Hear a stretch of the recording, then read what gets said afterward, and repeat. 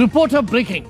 Online ടാക്സികൾക്ക് ആശ്വാസമായി ഊബറിന് കേരളത്തിൽ അനുമതി നൽകി മോട്ടോർ വാഹന വകുപ്പ്. ഇനി കണ്ടില്ല കേട്ടില്ല എന്നൊന്നും പറയരുത്. ഈ യൂബറുകൾക്കും ഓല തുടങ്ങിയ വാഹനങ്ങൾക്കുമൊക്കെ ഇപ്പോൾ ഓടുന്നതിന് അനുമതിയുണ്ട്. 5 വർഷത്തേക്കാണ് അനുമതി. ലൈസൻസിന്റെ പകർപ്പ് റിപ്പോർട്ടറിന് ലഭിച്ചു. ഇതോടെ നിരത്തിലെ സംഘർഷം അവസാനിക്കുമെന്ന പ്രതീക്ഷയിലാണ് ഓൺലൈൻ ടാക്സികൾ. വർഷങ്ങളായി Kerala online taxi owners association നടത്തിവന്ന നിയമപോരാട്ടങ്ങളുടെ വിജയം കൂടിയാണ് ഇത്. നീണ്ട ഒരു 5-6 വർഷത്തെ പോരാട്ടത്തിനൊടുവിൽ ഇപ്പം അഗ്രിഗേറ്റർ പോളിസി 2024 ഇറക്കുകയും 2026 ഫെബ്രുവരി 10-ാം തീയതി റാപ്പിഡോയും അതുപോലെ തന്നെ യൂബറും മാർച്ച് 17-ാം തീയതി യൂബറിനും ലൈസൻസ് കിട്ടിയിരിക്കുകയാണ്.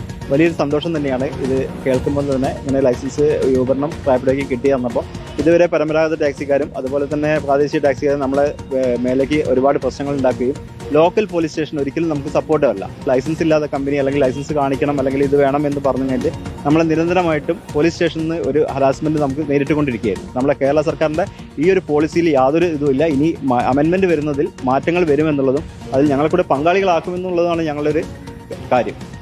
സുനോയ് തോമസ് ഉണ്ട്. സുനോയ് തോമസ്, എന്തായാലും ഓൺലൈൻ ടാക്സിക്കാർക്ക് ആശ്വാസകരമായ തീരുമാനം. ഇനി ലോക്കൽ ടാക്സിക്കാർക്ക് ഇനി യൂബർ ടാക്സിക്കാരെ പിടിച്ച് തല്ലാനോ പോലീസുകാർക്ക് നടപടിയെടുക്കാതിരിക്കാനോ പറ്റൂല. അങ്ങനെ യൂബറുകൾക്ക് ലൈസൻസ് കൊടുത്തിരിക്കുകയാണ്. അടുത്ത 5 വർഷത്തേക്ക് വലിയ ആശ്വാസമായിട്ടുണ്ടാവും അല്ലേ യൂബർ ടാക്സി തൊഴിലാളികൾക്ക്?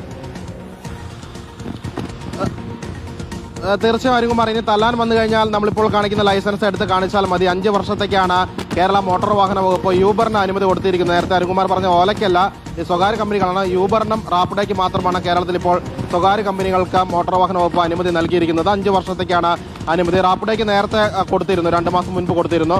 യൂബറാണ് ഏറ്റവും കൂടുതൽ കേരളത്തിൽ സർവീസ് നടത്തുന്നത്. യൂബറിന് ഈ ഇലക്ഷന് തൊട്ട് മുൻപാണ് കൊടുത്തിരിക്കുന്നത്. അതിന്റെ ലൈസൻസാണ് ഇപ്പോൾ റിപ്പോർട്ട് ടിവിക്ക് ലഭിച്ചിരിക്കുന്നത്.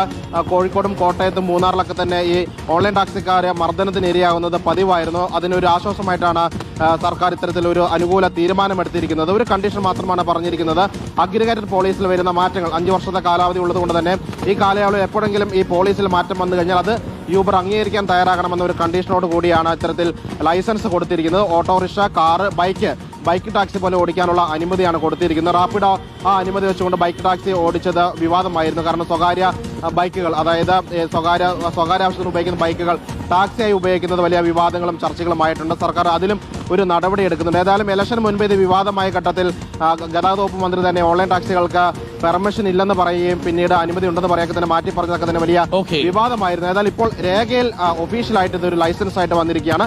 യൂബറിന് 5 വർഷത്തേക്ക് ലൈസൻസ് മോട്ടോർ വാഹന വകുപ്പ് നൽകിയിരിക്കുകയാണ്. അരുകുമാർ, താങ്ക് യു സിനോജാണ് വിവരങ്ങൾ നൽകിയത്. അപ്പോൾ ഇനി ആ ഓൺലൈൻ ടാക്സിക്കാരുടെ മേലിൽ കുതിര കയറാൻ നിൽക്കരുത് എന്ന് മാത്രമേ നമ്മൾ ലോക്കൽ ടാക്സി തൊഴിലാളി സുഹൃത്തുക്കളോട് പറയാനുള്ളൂ.